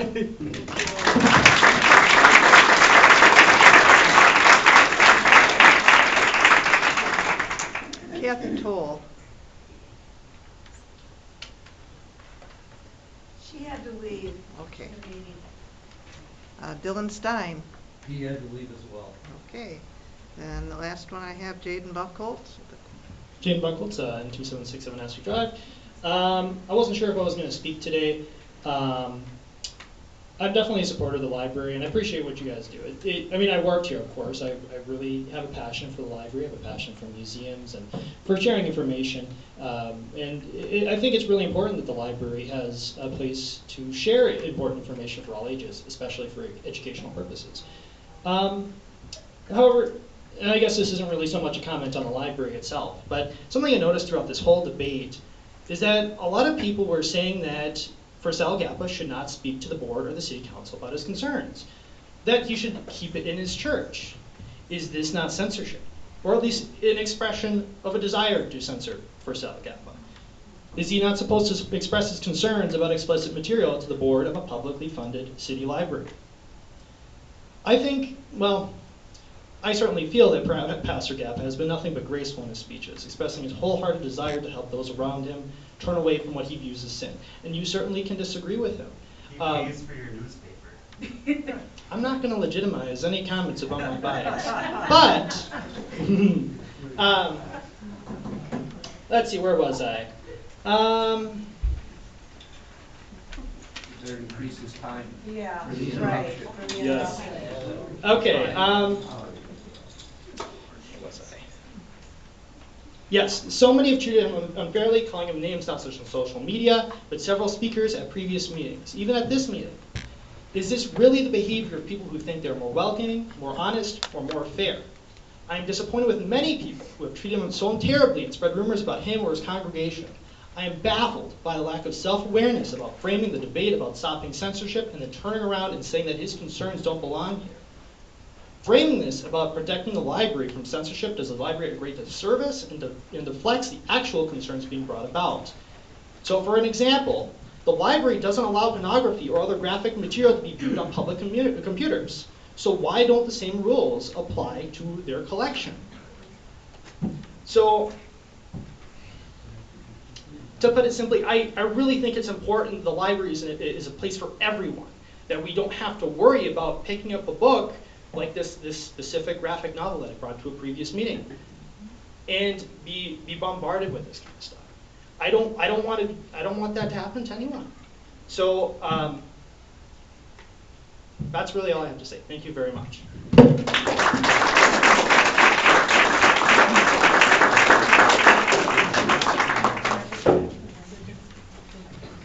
right. That. We have a few more things to say. Okay.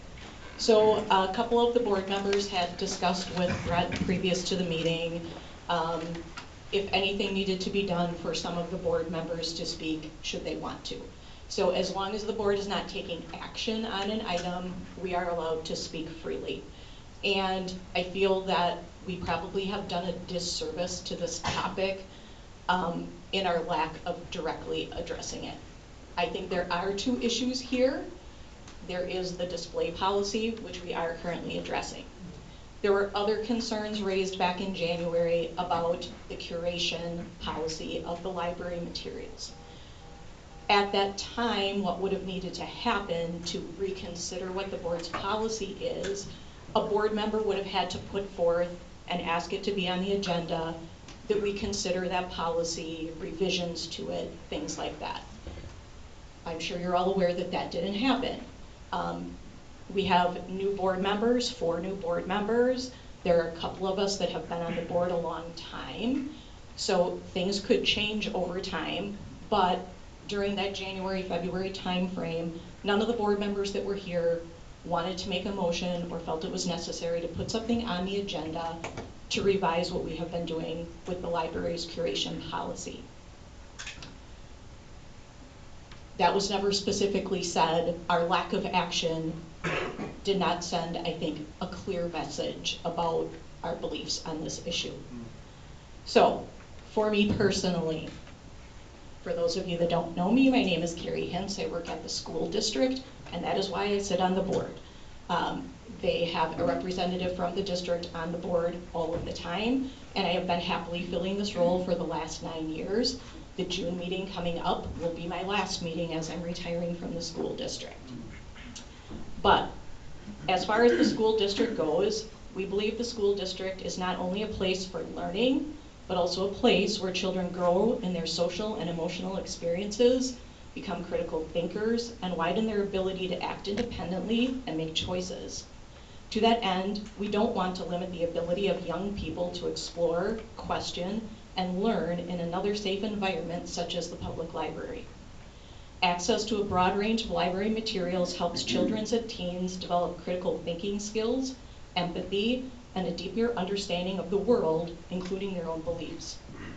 We believe that it is important to provide the tools to access and navigate information wisely and in line with their family's values, rather than shielding them from every differing viewpoint.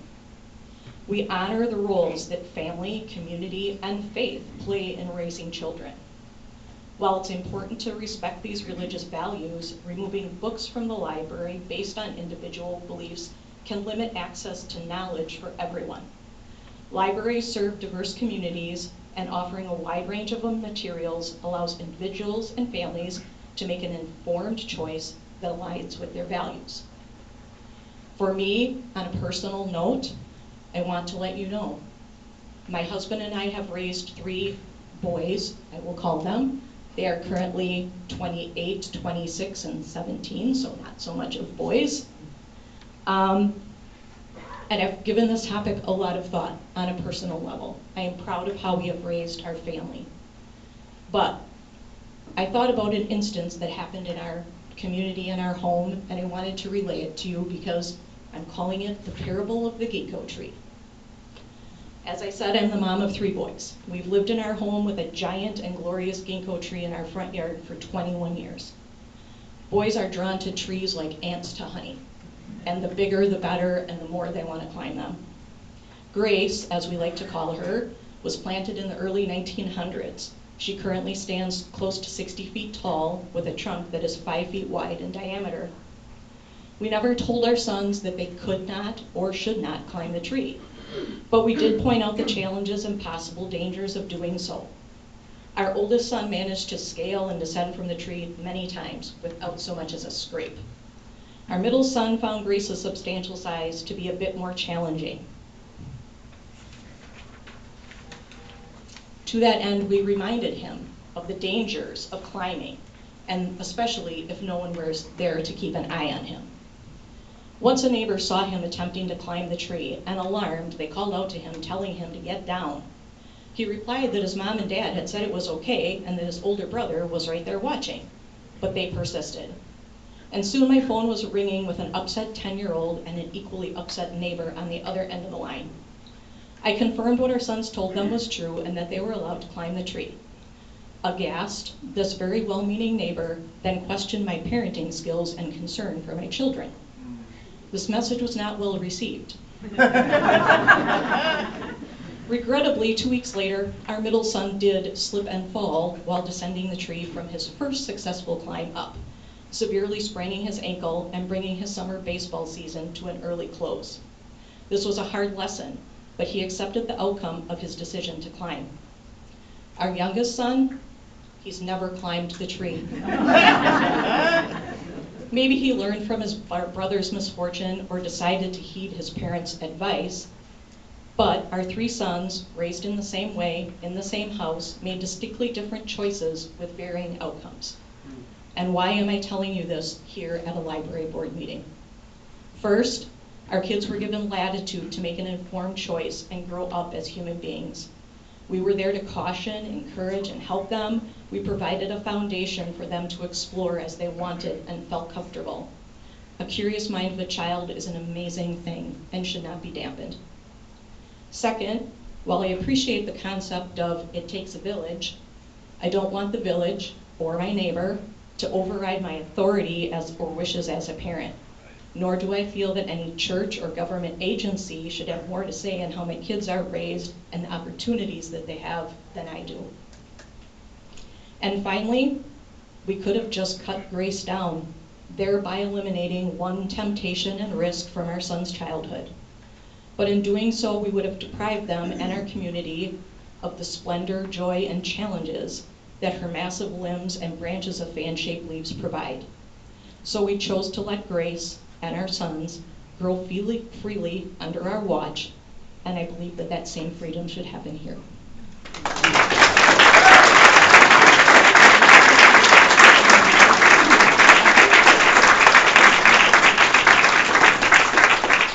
Hi, I'm Janet Gehl. I've been on the board for several years. I don't have a wonderful story speaking so eloquently. I do believe the library should continue to move forward as it has been. There's been a lot of progress and a lot of different wonderful things happening. There are over 86,000 titles in this library. I was just astounded. I just learned that. So out of 86,000, someone's going to be offended somehow. Yeah. There's books in here that I don't agree with, but I just walk right on by then. So I feel that we need to keep the LGBTQ materials, and I really believe strongly that we need to continue with the collection development policy. And here's just one sentence from it. The library will acquire materials reflecting the full diversity of points of view on topics of interest to the public. The collection is developed to meet the needs and interests of Waupun area residents. We also follow the Library Bill of Rights, which was spoken about earlier. The freedom to read statement. The freedom to read is essential to our democracy. The freedom to view statement, and again, the collection development policy. So I think this library's done a wonderful job, and I really encourage all of us to continue moving forward as we have. Thank you.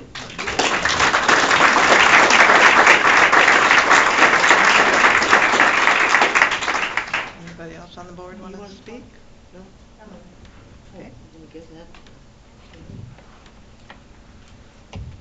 Oh, no, I'm good, I'm sorry. I misunderstood. That's okay. So with that, we'll be conducting the rest of the library board's business. You know, it's very exciting if you want to stay. But I just want to thank you all for being here, and we have heard you, and I hope that you're rewarded.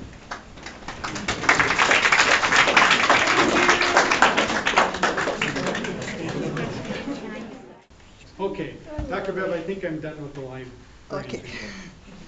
Then we'll go on to old business, the display policy for the library staff draft. Okay, so this, this came up because, well, a couple months ago already. So then I put together a display policy for library staff based on display policies at libraries across the country, recommended by ALA that we have one just for staff. And so what was highlighted in yellow were the additions. The sentence that says no items will be on the displays that include graphic images and picture drawn formats such as nudity, that actually came from one of the library staff. So I just put it on there exactly the way she had typed it. Can I ask a question about that? Yes. When it says no items will be on display that include graphic images, does that mean only what you would see on the front of the book, or does it also include what you see when inside. you open the book as Oh, well? oh yeah, inside. Okay. Outside, inside. But then the lady from, I think she was from Beaver Dam. Yeah, asked us to describe the word graphic. See, because graphic is, definitions are, so maybe a different term, maybe a different sentence. I like that it says such as nudity, but could it also include such as sexual acts, nudity, how would you describe graphic? How would we describe graphic? How would that be different?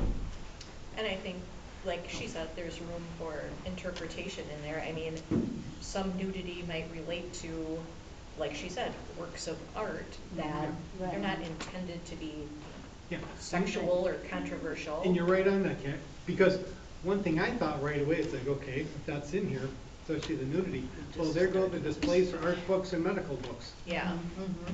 So I agree that we need some better wording. Should there also be any specific on digital or physical displays? Physical materials and digital, whether or not someone has a screen that's displaying something versus physical? I guess we've never had a screen displaying anything. So you're saying if we buy a screen and put it somewhere? Correct. Oh, I guess we'd have to address that, because. Yeah, libraries have screens for, advertising programs or things like that. We don't have anything right now, but if you put it in, then you wouldn't have to. Yeah. Then you wouldn't have to. That's easy enough to add now, rather than waiting for it to happen. Whether or not someone's doing any type of, say, video game creation, and they're just displaying what they've created. Mm-hmm. It's not physical content, it's digital. Yeah. Or a website, instruction, something. How does that work then for this? I know we've just talked about it a little bit, but does a subcommittee now go and like write it and bring it back to the board? Do we discuss it and all like workshop it together? How does, like, what is the process? Most of the time, the board will instruct me to go and put some things together. Okay. And based on whatever the library board members also send me. So, and then I can have a whole list, and then it'll go back out, well, to the next board meeting, and you guys can pick and choose how you want to word it.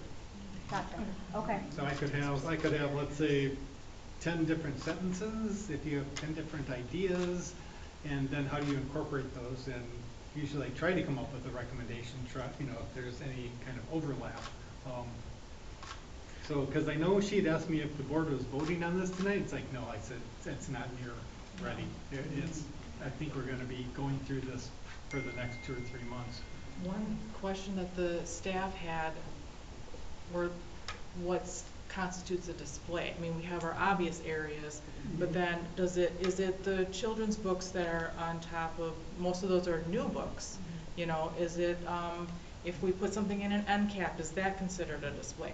I mean, how specific are we getting here with having to follow? A bulletin board is a display. Yeah, you know. So like how, are we talking all books that are being like turned, you know. Yes, you know, like we're trying to fill like the new shelves, if you walk by the new shelves sometimes.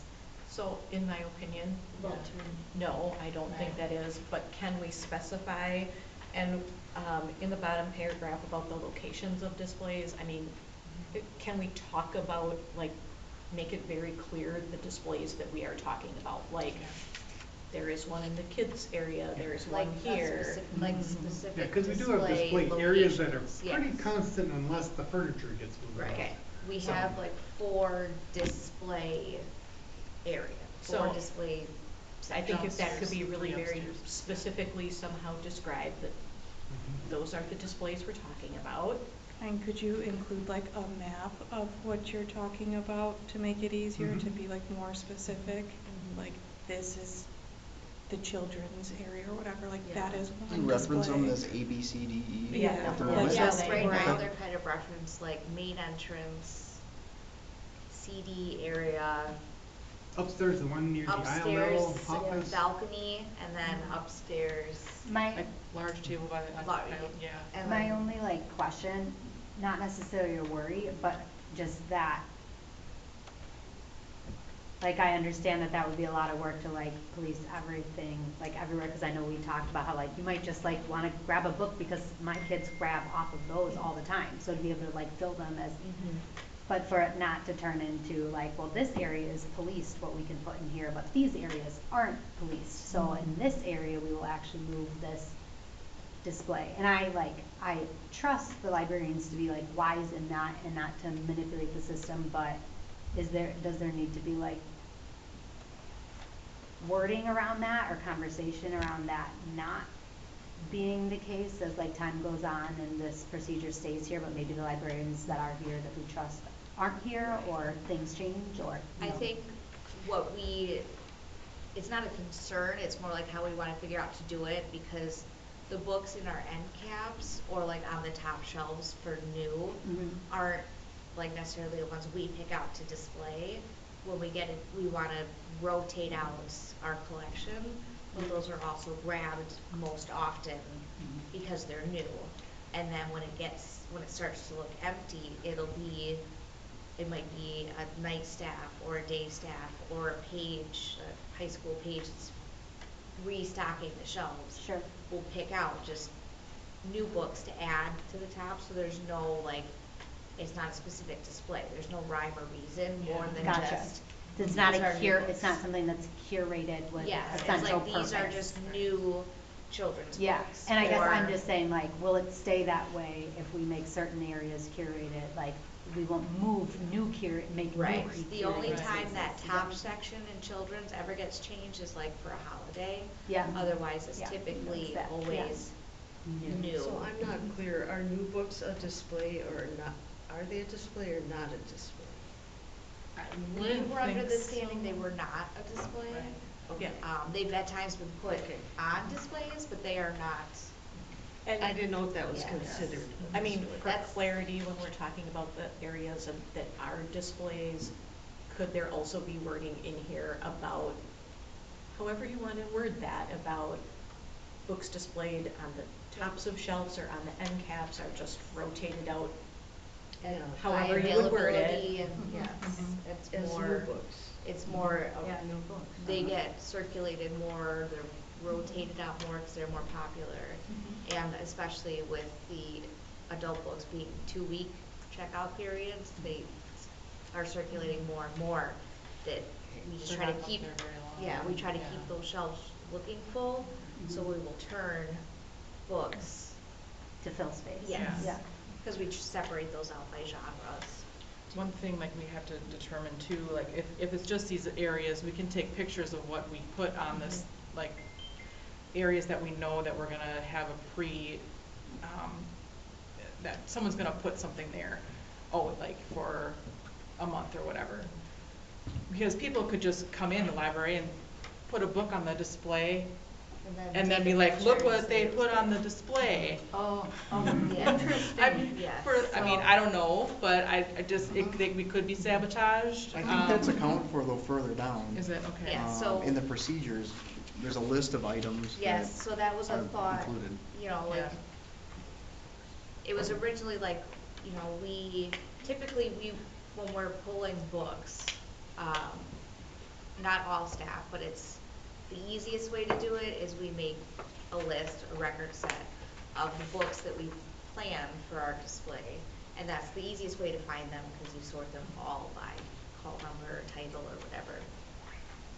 And then you grab those books, and then sometimes if you can't find something, we can refer to those record sets. Like, it's on this Asian American Pacific Islander display because it's in the record set. Okay, maybe include that in the staff And procedure that is, and section. something we had considered was having that either printed out, or saved for the time that the display is up. I know that, I think Pam had said like that will often, like, as my kids pull 10 of them, you guys will then fill, like, displays too, so like that list can be updated. And that's something that's hard too, is we want. Just add to it. We could, Yes. it's very easy to add, you It just is, yes. open, scan. Oh, sure. You know, Yeah. and then they get added to the record set. But and- according to this, those also have to be approved by Bret? I guess I don't agree with that, like if there's, I don't know. Well, if I'm approving the other ones, really it just follows that I have to approve anything added. Yeah, so, and that's the, like, the goal of the display is. I think there should be some discernment there. Yeah, the goal of display is something either that's interesting to a staff.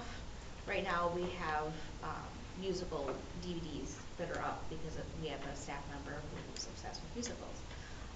We have Asian American Pacific Islander display up because it's that month. So it's based on interest or what's going on that month. The goal of them is to draw interest to the items and also to increase circulation of those items.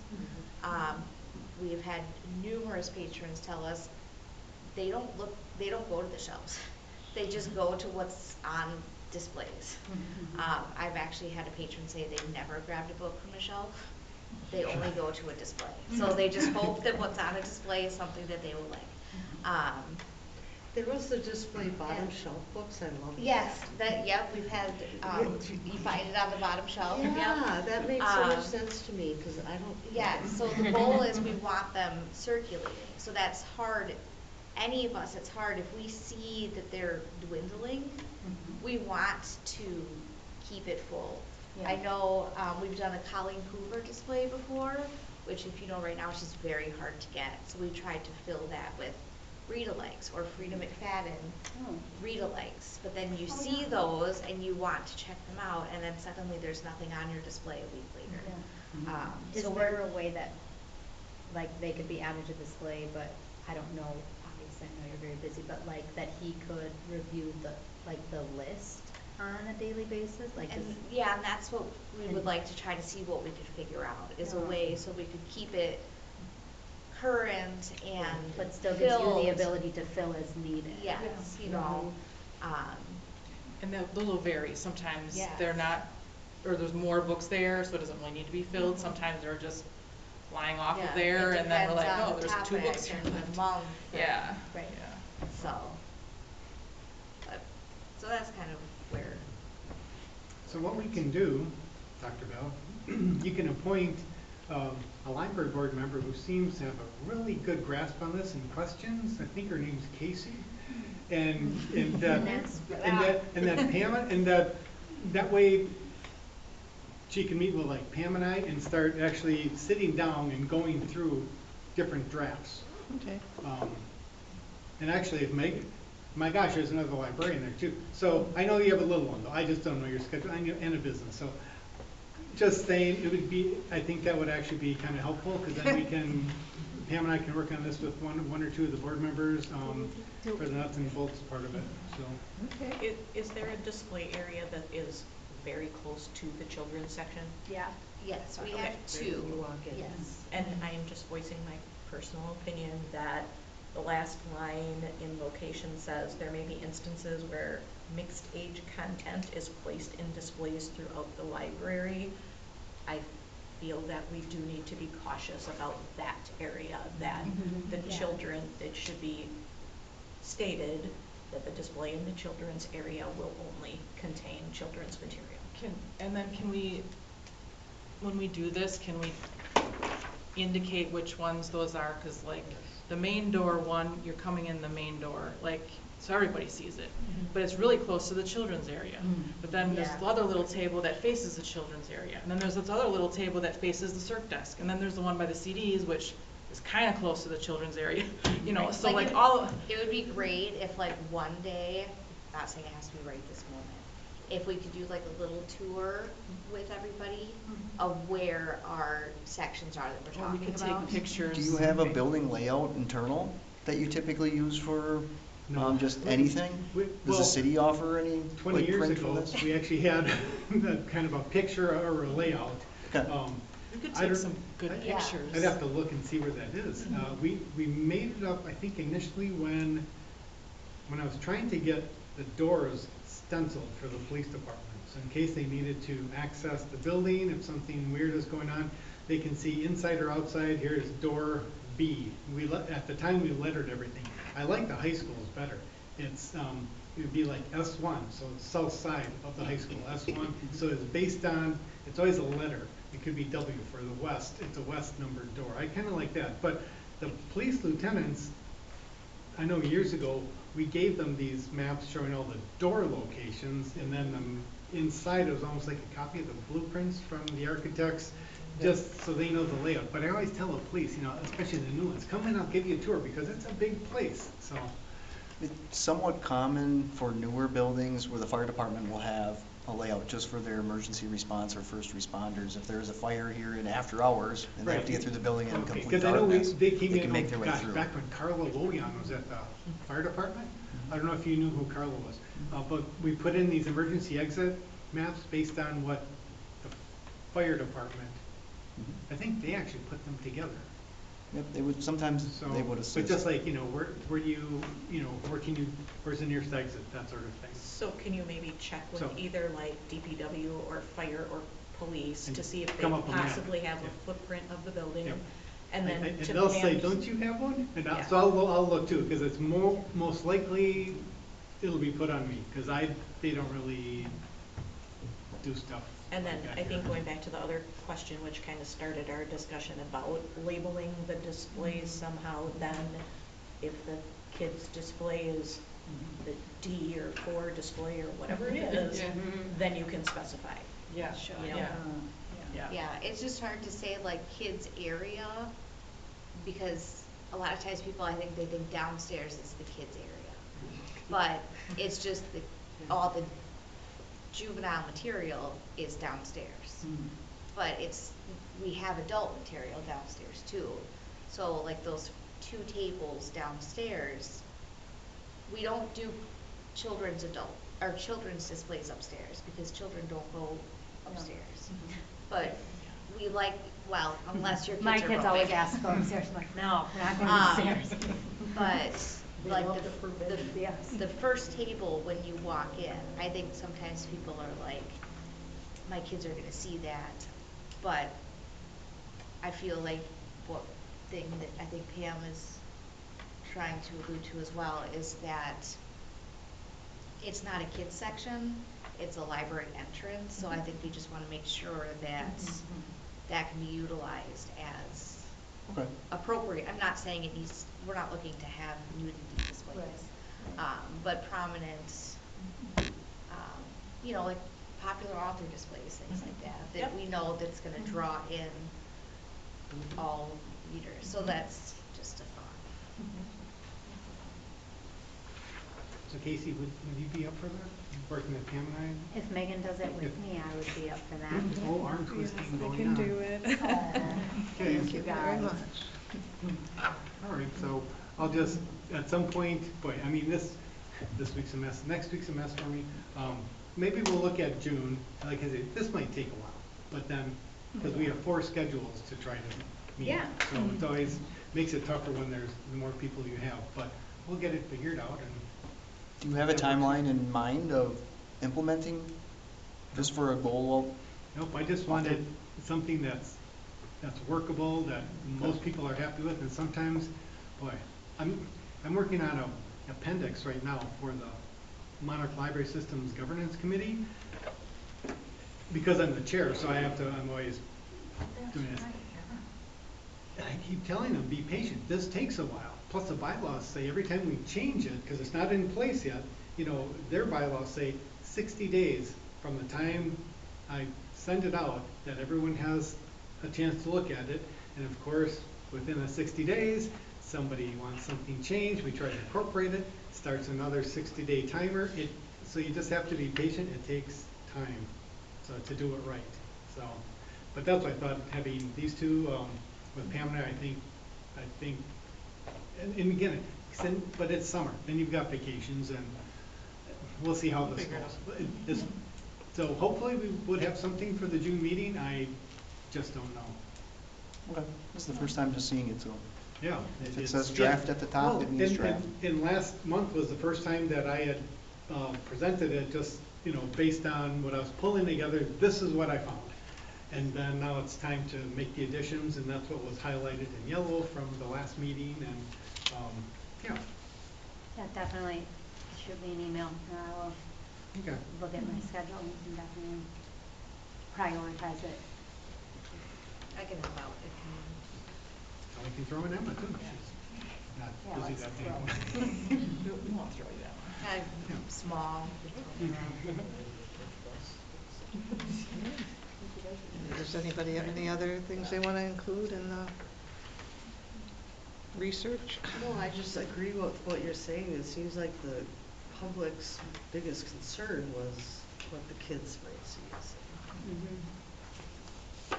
Yeah, and as a parent with kids who run ham in a library, no matter how many times we discuss appropriate library behavior. My son is 6 years old, and he has autism. He loves reading and reads way above his age level.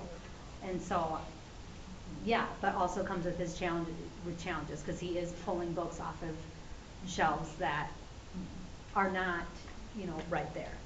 And so it is important to me to make sure he's not pulling things off the shelf. I mean, obviously it's my job as his mom, but he makes his rounds, and so it is, you know, to make sure that there's not things that are blatant that he's going to grab and immediately see. That is important to me.